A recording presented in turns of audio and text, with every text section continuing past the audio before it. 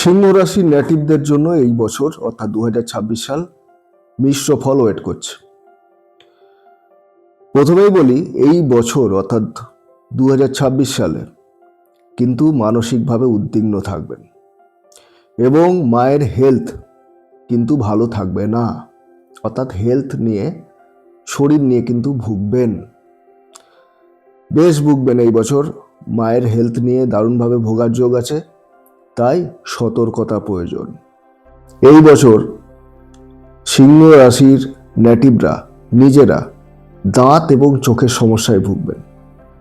2026 সালের প্রথম দিকে অর্থাৎ আপ টু মে বা জুন অবধি কোনো সন্তানের কিন্তু অ্যাচিভমেন্ট যোগ আছে এবং কোনো ভাই বা বোন তাদেরও কিন্তু ভাগ্য প্রসন্ন থাকবে এই বছর। যদিও সিংহ রাশির নেটিভদের বিবাহিত জীবন কিন্তু এই বছর একদমই শুভ নয়। জুন মাসের পর খরচা প্রচুর বৃদ্ধি পাবে। এই বছরে বাড়ি বা গাড়ি কেনার যোগ রয়েছে সিংহ রাশির নেটিভদের জন্য। এই বছর বিদেশ ভ্রমণেরও কিন্তু যোগ রয়েছে সিংহ রাশির নেটিভদের। এবার রাশিচক্রের ষষ্ঠ রাশি অর্থাৎ কন্যা রাশি নিয়ে আলোচনা করব।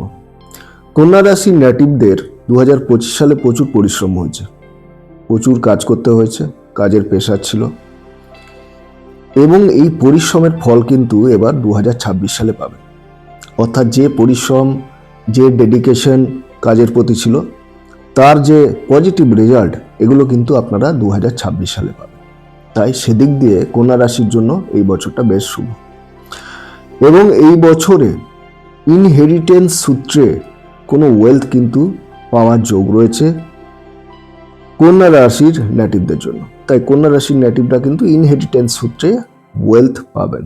যদিও কন্যা রাশির নেটিভরা একটু মেন্টালি ডিস্টার্ব থাকবেন, কারণ এখন মুন স্যাটার্নের কনজাংশন রয়েছে, তাই মেন্টালি একটু ডিস্টার্ব কিন্তু থাকবেন।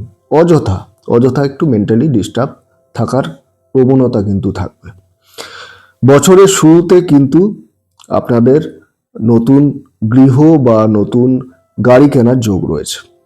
সেদিক দিয়ে কন্যা রাশির নেটিভদের জন্য বছরটা শুভ। এই বছরে যারা শত্রু, তারা বশ্যতা স্বীকার করবে এবং বহু পুরনো কোনো সমস্যার সমাধান হবে এই বছর। এই বছরে দুটো ডিজিজে কিন্তু কষ্ট পাওয়ার যোগ রয়েছে। একটা হচ্ছে ঠান্ডা লাগার প্রবণতা আরও বাড়বে এবং রেসপিরেটরি প্রবলেমও কিন্তু হবে। এই বছরে কন্যা রাশির নেটিভদের সেভিংস কিন্তু ভালো হবে। আর এই বছরে পায়ের গোড়ালিতে চোট লাগার সম্ভাবনা রয়েছে।